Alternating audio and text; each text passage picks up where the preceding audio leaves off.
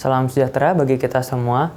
Puji syukur saya panjatkan ke Tuhan Yang Maha Esa atas kesempatan yang baik ini bagi saya untuk memaparkan presentasi hasil tesis saya.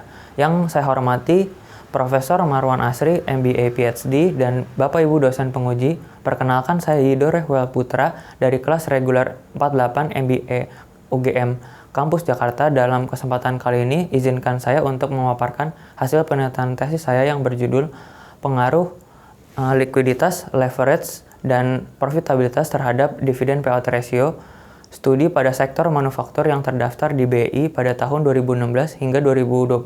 Berikut hasil penelitian tesis saya. Indonesia merupakan negara yang perkembangannya sangat pesat.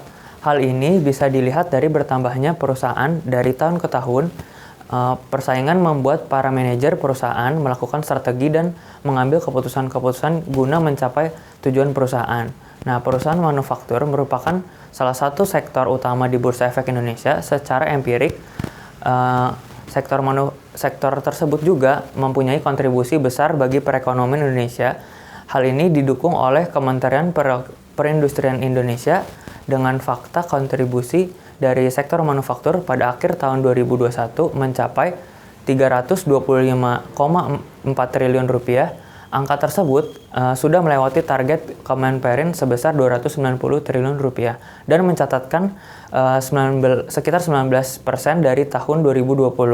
Nah, tujuan utama perusahaan dibangun adalah mensejahterakan pemilik atau para pemegang sahamnya. Maka dari itu, kebijakan dividen serta laba ditahan dapat difungsikan sebagai penentu alokasi laba perusahaan yang bisa digunakan untuk perusahaan berguna untuk berinvestasi. Rumusan masalah pada penelitian kali ini adalah perbedaan dari penelitian terdahulu yang menimbulkan research gap. Pada Islam 2018 menyatakan bahwa terdapat hubungan negatif dan signifikan antara likuiditas pada proxy current ratio terhadap dividen payout ratio. Sedangkan Musa et al. Pada tahun 2014 menyatakan bahwa current ratio mempunyai pengaruh positif dan tidak signifikan terhadap dividen payout ratio. Nah, Gill et al. Pada tahun 2010 menyatakan bahwa terdapat hubungan negatif dan tidak signifikan antara variable leverage yang menggunakan proxy debt to equity ratio terhadap dividen payout ratio. Sedangkan Komratana Panya dan Suntrauk pada tahun 2013 menyatakan bahwa debt to equity ratio memiliki pengaruh negatif dan signifikan terhadap dividen payout ratio. Pertanyaan penelitian kali ini ada 3, yaitu apakah likuiditas berpengaruh positif terhadap dividen payout ratio? Lalu yang kedua, apakah leverage berpengaruh negatif terhadap dividen payout ratio? Lalu yang ketiga, apakah profitabilitas berpengaruh positif terhadap dividen payout ratio? Dari pertanyaan penelitian di atas, tujuan penelitian juga berjumlah 3, yaitu untuk menguji pengaruh likuiditas terhadap dividen payout ratio. Lalu yang kedua, untuk menguji pengaruh leverage terhadap dividen payout ratio. Lalu yang ketiga, ada untuk menguji pengaruh profitabilitas terhadap dividen payout ratio. Nah, landasan teori pada penelitian kali ini berjumlah 2, yaitu teori keagenan dan teori sinyal. Nah, teori keagenan pertama kali dikemukakan oleh Jensen pada tahun 1976. Menjelaskan bahwa prinsipal perusahaan punya kecenderungan untuk memperoleh keuntungan sebesar-besarnya yang menimbulkan agensi konflik. Apa itu agensi konflik? Agensi konflik merupakan konflik kepentingan antara prinsipal yang mementingkan kepentingan pribadinya di atas kepentingan perusahaan terhadap manajemen sebagai agen yang menjalankan perusahaan. Maka akan muncul permasalahan agensi karena masing-masing pihak akan selalu berusaha untuk memaksimalkan utilitasnya dan menghindari adanya risiko. Teori yang kedua yaitu teori sinyal yang dikemukakan pada pertama kali oleh Spence di tahun 1973 pada Job Market Signaling, menyatakan bagaimana seharusnya sebuah perusahaan memberikan sinyal tentang bagaimana sebuah perusahaan memberikan sinyal kepada pengguna laporan keuangan yang berguna untuk investor atau calon investor untuk paham bagaimana manajemen memandang prospek perusahaan ke depannya. Tinjauan pustaka pada penelitian kali ini, menurut Musa et al. Di tahun 2014 meneliti pada tahun 2007 hingga 2011 menyatakan bahwa adanya hubungan negatif dan tidak signifikan antara DER dengan DPR. Lalu ada pengaruh positif dan tidak signifikan antara current ratio dengan dividend payout ratio. Sedangkan firm size pada penelitian kali ini punya pengaruh positif tidak signifikan terhadap DPR. Lalu yang kedua ada Rahman dan Takumi di tahun 2012 dalam penelitiannya menyatakan bahwa ada pengaruh DER dan ROE punya pengaruh positif terhadap DPR. Sedangkan current ratio punya pengaruh positif dan tidak signifikan terhadap DPR. Nah, kerangka penelitian pada penelitian kali ini adalah variabel independen pada penelitian kali ini berjumlah 3, yaitu likuiditas, leverage, dan profitabilitas. Lalu variabel kontrol pada penelitian kali ini yaitu firm size dan satu variabel dependen yaitu dividend payout ratio. Rumusan hipotesis pada penelitian ini yang pertama ada likuiditas memiliki pengaruh positif terhadap dividend payout ratio. Yang kedua ada leverage memiliki pengaruh negatif terhadap dividend payout ratio. Lalu yang ketiga ada profitabilitas memiliki pengaruh positif terhadap dividend payout ratio. Desain penelitian pada penelitian kali ini adalah studi kasus dengan pendekatan kuantitatif dan asosiatif. Lalu dilanjut dengan populasi dan sampel. Teknik pengambilan sampel yang digunakan pada penelitian kali ini adalah purposive sampling dengan beberapa kriteria, yaitu objek penelitian merupakan sektor manufaktur yang terdaftar pada BEI selama tahun 2016 hingga 2020. Lalu yang kedua, perusahaan yang konsisten mencatatkan laba positif secara berturut-turut selama periode penelitian. Lalu kriteria yang ketiga ada perusahaan yang secara konsisten membayarkan dividen kepada pemegang sahamnya selama periode penelitian. Lalu jenis data yang digunakan pada penelitian kali ini merupakan data panel.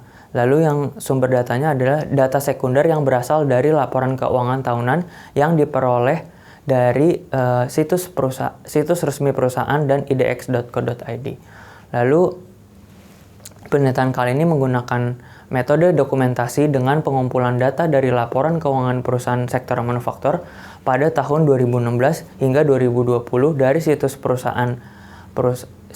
resmi perusahaan dan BEI.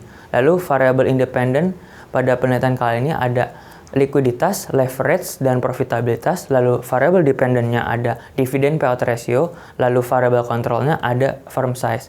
Lalu metode analisis data pada penelitian kali ini menggunakan perangkat lunak SPSS 26, lalu regresi linear berganda dan statistik deskriptif, lalu uji asumsi klasik dan uji hipotesis. Lalu dilanjut dengan definisi operasional variabel. Nah, yang pertama ada likuiditas dengan proxy current ratio, lalu yang kedua ada leverage dengan proxy debt to equity ratio, lalu profitabilitas dengan proxy return on equity, lalu firm size dengan proxy total asset, dan juga dividend payout ratio. Lalu dilanjut dengan bab 4, yaitu hasil penelitian dan pembahasan. Berikut adalah statistik deskriptif pada penelitian kali ini. Nah, N sampel pada penelitian kali ini berjumlah 155. Berikut juga ada nilai yang minimum, nilai maksimum, nilai median, dan juga standar deviasi pada penelitian kali ini. Berikut adalah uji asumsi klasik. Yang pertama ada uji normalitas. Pada tabel berikut ini dinyatakan bahwa data terdistribusi normal karena signifikan two-tailed-nya bernilai lebih besar daripada 0,05. Lalu dilanjut dengan uji multikoliniaritas. Hasil ini menunjukkan bahwa data yang tertera tidak terjadi multikoliniaritas karena nilai VIF atau variance inflation factor yang dihasilkan lebih kecil dari 10 dan nilai tolerance lebih besar daripada 0,10. Lalu selanjutnya uji asumsi klasik dinyatakan oleh uji heteroskedastisitas. Nah, hasil ini menunjukkan bahwa data yang didapatkan tidak terjadi heteroskedastisitas karena nilai signifikan yang diperoleh lebih besar daripada 0,05. Nah, lalu dilanjut dengan uji autokorelasi menggunakan durbin Watson test yang menunjukkan tidak terjadi autokorelasi karena DU lebih kecil daripada D, lalu lebih kecil lagi daripada 4 min DU. Uji hipotesis pada penelitian kali ini ada 3, yaitu yang pertama uji T atau parsial. Pada tabel berikut ini disajikan dengan kesimpulan nilai signifikan yang kurang dari 0,05 pada variabel independen menunjukkan adanya pengaruh signifikan parsial terhadap variabel independennya. Maka dapat disimpulkan hanya current ratio saja yang tidak punya pengaruh signifikan terhadap dividen payout ratio. Sedangkan debt to equity ratio, return on equity, dan firm size mempunyai pengaruh signifikan terhadap dividen payout ratio-nya. Lalu uji F atau simultan pada tabel berikut ini berkesimpulan seluruh variabel bebas yaitu CR, DER, ROE, dan FS mempunyai pengaruh signifikan secara simultan terhadap variabel terikatnya yaitu DPR. Lalu koefisien determinasi atau R-square mempunyai kesimpulan pada penelitian kali ini menggunakan adjusted R-square karena variabel bebasnya berjumlah lebih dari 3 yang bernilai 0,266, yang punya arti bahwa seluruh variabel bebas secara simultan berpengaruh terhadap variabel terikat sebesar 26,6%. Pembahasan uji hipotesis yaitu variabel likuiditas yang menggunakan proxy current ratio memiliki nilai koefisien yang positif dan berpengaruh tidak signifikan terhadap dividen payout ratio. Lalu yang kedua ada variabel leverage yang menggunakan proxy debt to equity ratio memiliki nilai koefisien yang negatif dan berpengaruh signifikan terhadap dividen payout ratio.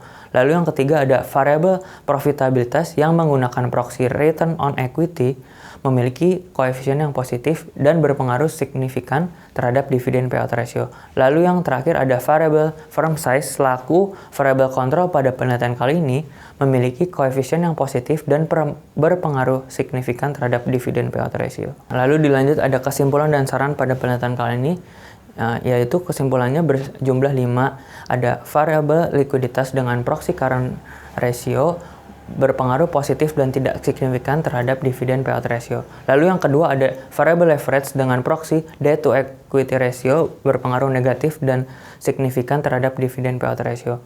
Lalu yang ketiga ada variabel profitabilitas berpengaruh positif dan signifikan terhadap dividen payout ratio. Lalu yang keempat ada variabel firm size selaku variabel kontrolnya berpengaruh positif dan signifikan terhadap dividen payout ratio. Lalu secara keseluruhan penelitian ini secara simultan variabel current ratio, debt to equity ratio, return on equity, dan firm size-nya berpengaruh signifikan terhadap dividen payout ratio. Implikasi pada penelitian kali ini adalah secara manajerial untuk mengkaji lebih lanjut tidak hanya faktor-faktor internal saja, melainkan faktor-faktor eksternal juga seperti keadaan perekonomian dan stabilitas politik perusahaan.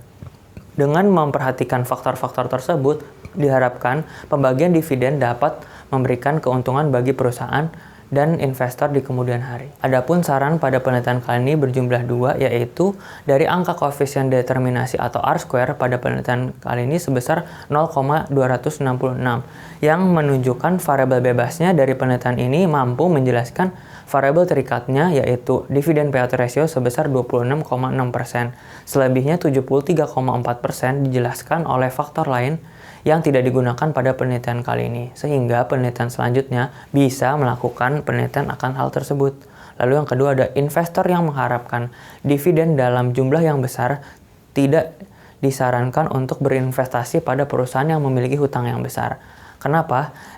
Karena perusahaan yang hutangnya besar lebih memilih untuk melunasi hutang-hutangnya terlebih dahulu, lalu menahan labanya demi kepentingan perusahaan. Baru jika ada sisa akan dibagikan kepada para pemegang sahamnya dalam bentuk dividen. Sekian dan terima kasih atas perhatiannya. Mohon maaf bila ada kesalahan dalam penyampaian.